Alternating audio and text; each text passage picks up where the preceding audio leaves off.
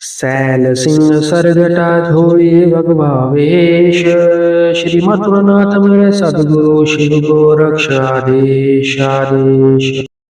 नमस्कार दोस्तों, मैं सन्नी शर्मा एक बार फिर से अपने YouTube चैनल सन्नी नाथ पे आप सभी का स्वागत करता हूँ। और आज का टॉपिक आप लोग समझ गए हो कि जितनी ज़्यादा पूजा करोगे, भक्ति करोगे, जीवन में उतने ही दुख। ऐसा क्यों होता है? हर एक भक्त आज के समय में क्यों परेशान है?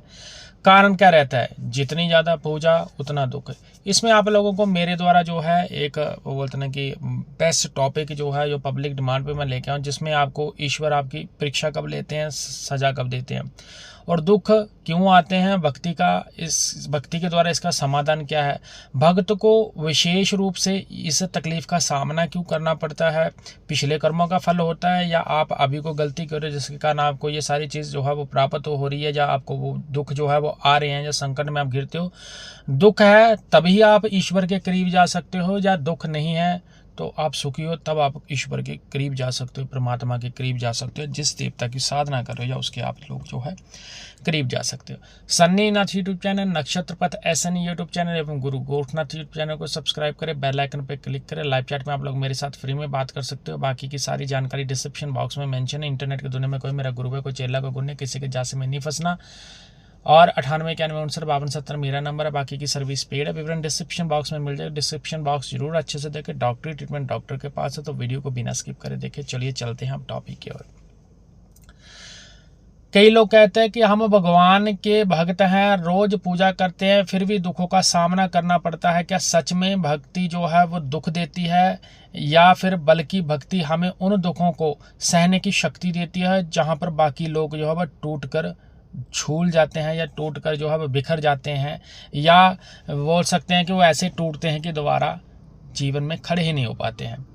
ठीक है, इसका उत्तर क्यों भक्ति के बाद भी दुख आते हैं भक्त के ऊपर। ईश्वर परीक्षा लेते हैं, सजा नहीं देते। भगवान अपने भक्तों को परखते हैं। जिस प्रकार से भक्ति का लेवल बढ़ता जाएगा, परीक्षा भी उतनी हाई लेवल की लगेगी, क्योंकि वह उन्हें और मजबूत बनाना चाहते हैं। जैसे सोने को तपाया जाता है ताकि वह और शुद्ध हो जाए, तो उसी प्रकार से एक भक्त को भी देवता के द्वारा इन क्रियाओं से जो है वो गुजारा जाता है। दुख जीवन का हिस्सा है, भक्ति उसका समाधान है। भक्ति करने वाले को भी वैसा ही जीवन मिलता है जैसे बाकी लोगों को मिलता है। वो मन से स्थिर रहता है और जल्दी टूटता नहीं है। उसके अंदर एक अटूट विश्वास होता है अपने गुरु के प्रति और अपने देवता के प्रति। भक्त को विशेष बनाया जाता है। जैसे गुरु अपने सबसे प्रिय शिष्य को सबसे कठिन, ठीक है ना, वो बोलते हैं ना, साधना बोल सकते हैं या परीक्षा बोल सकते हैं, या कोई ऐसा प्रश्न कर देता है जिसका उत्तर उस साधु को देना होता है, वैसे ही भगवान अपने प्रिय भक्त को उतनी ही कठिन हालात देकर उसकी आत्मा को ऊंचा उठाने का, या उसको भक्ति के मार्ग का जो स्तर है उस लेवल से, यानी नीचे लेवल से हाई अथॉरिटी पे ले जाने के लिए जो है एक तरह से विशेष रूप में बोल सकते हैं कि भक्त की परीक्षा जो है वो ली जाती है। पिछले कर्मों का फल होता है, या इन्हीं कर्मों में देखो, हर एक व्यक्ति जो अपने कर्मों का फल है उसको भुगतना पड़ता है, ठीक है ना, लेकिन भक्ति से वह बोझ हल्का हो जाता है। आपके कर्म करते हैं, ये चाहे पिछले के हो चाहे अभी के हो, ये डिपेंड करता है कि आप कितने सच्चे हो और आप परमात्मा के प्रति कितनी निष्ठा भावना रखती हो। ये चीज़ बहुत मायने रखती है। दुख ही तो ईश्वर के और करीब लाता है, या फिर दुख से आप प्रभु से दूर हो जाते हो।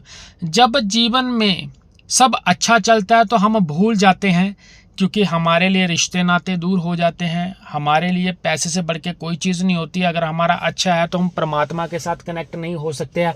हम किसी व्यक्ति की प्रॉब्लम, यानी कि कोई व्यक्ति जो दुखियारा है, जो गरीब बंदा है, वो तड़फ रहा है, हम उसकी तड़फ को नहीं समझते हैं, क्योंकि मेरे ऊपर जो है वो पैसे ने एक तरह की दीवार बना दी है। मैं उस चीज़ को या उस दुख को ना तो समझ पा रहा हूँ ना देख पा रहा हूँ।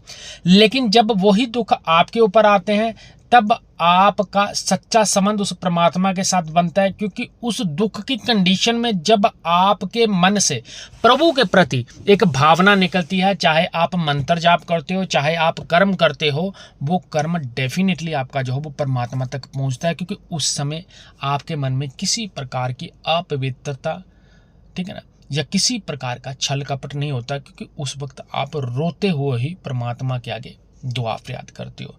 भक्ति दुख नहीं बढ़ाती है, सहन शक्ति देती है, जिससे आप आने वाले कष्टों का, आने वाली मुसीबतों का सामना करके उनसे आगे निकल पाओ। भगवान अपने भक्तों को दुख नहीं देते, वो तो उसे दुनिया से अलग पहचान दिलाने में हेल्प करते हैं। भक्ति में जो रोते हैं वो दुनिया में मुस्कुराते हैं। जो भगवान को सच्चे मन से पुकारते हैं वो कभी हारते नहीं है, बस परखे जाते हैं। इस चीज़ का खास तौर पे ध्यान रखना।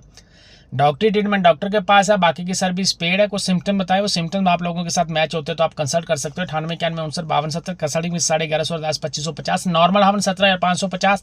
काट वाले हवन है, तंत्र मंत्र के हवन, और 10 जुलाई 2025 को गुग्गा मैडी पे मिलूंगा। जिन लोगों ने मिलना है नंबर के ऊपर अपना फोटो और आधार कार्ड भेज देना। आदेश जय गुरु गोरखनाथ।